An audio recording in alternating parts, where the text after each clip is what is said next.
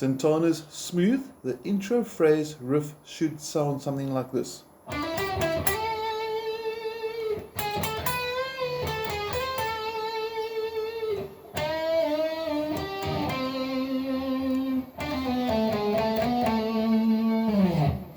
Now, we're going to break it down step by step, so I'm assuming you have your PDF file in front of you.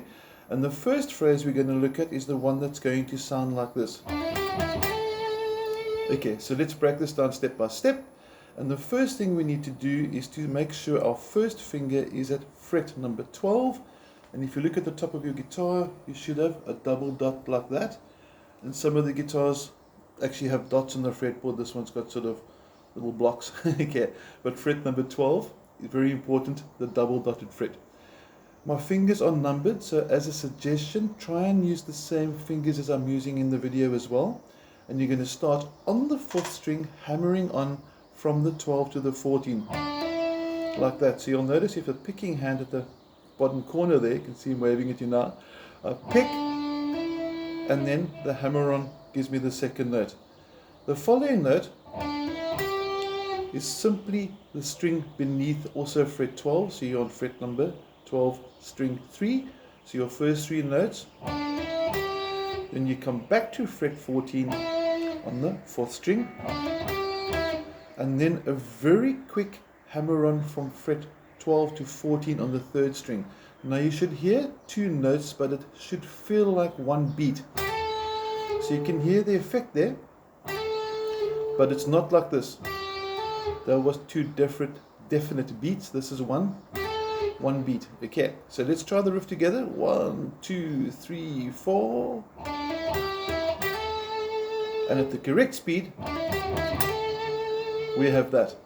Now, after you've played that, there's a tiny pause, and then it goes into a second phrase which goes, which has got a very cool bend, and it also incorporates the harmonic minor scale. So Santana used a nice combination of the natural minor and the harmonic minor. You can hear the difference there, huh? Those 2 notes. One more time, natural and harmonic. Both A minors, just different types of scales, but we're not going to go too much into theory. Let's play the riff. You're going to start the phrase at fret 13, middle finger, notice finger number 2, onto fret number 14, first finger comes down to fret number 12 on the 2nd string, but as you play it, you do a little bend, and that bend should sound as if you went to 13. So instead of doing that, you bend the 12 to sound as if it was the 13. So now your second phrase would go like this.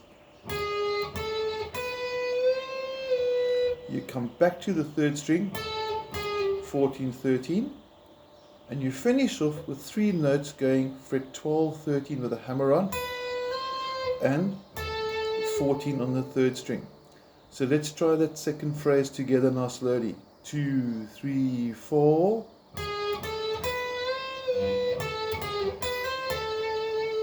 And at speed. Let's try that again. And there you have it. I want us to try now frets or phrases 1 and 2 together so we can get continuity, we can join them together.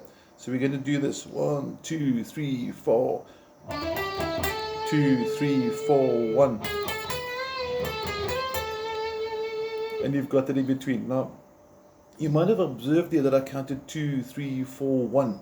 It's because it doesn't start, the phrase doesn't start on the first beat, it starts after that. So you could actually more correctly count it in like this. 1, 2, 3, 4, 1. 2, 3, 4, 1. And then we're going to go to the 3rd fret, or 3rd phrase. Okay.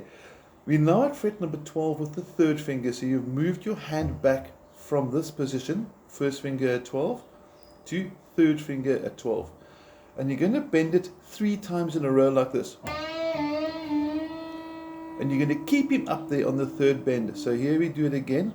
1, 2, 3.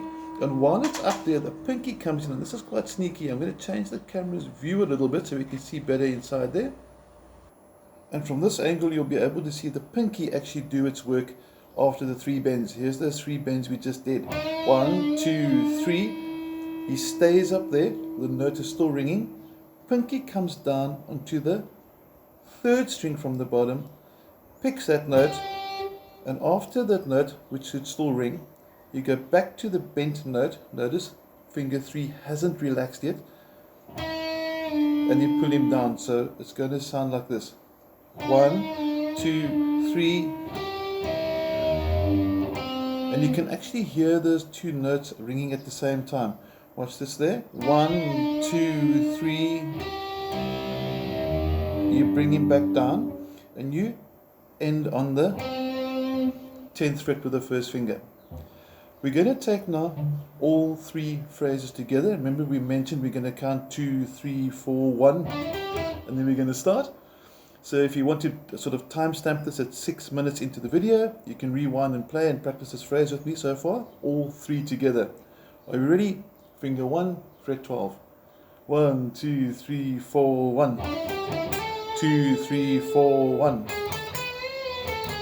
2, 3, 4, 1. 2, 3, 4, 1. And then we add the last phrase, which is probably the easiest phrase of the whole lot. Now, you'll notice also when I finish the phrase,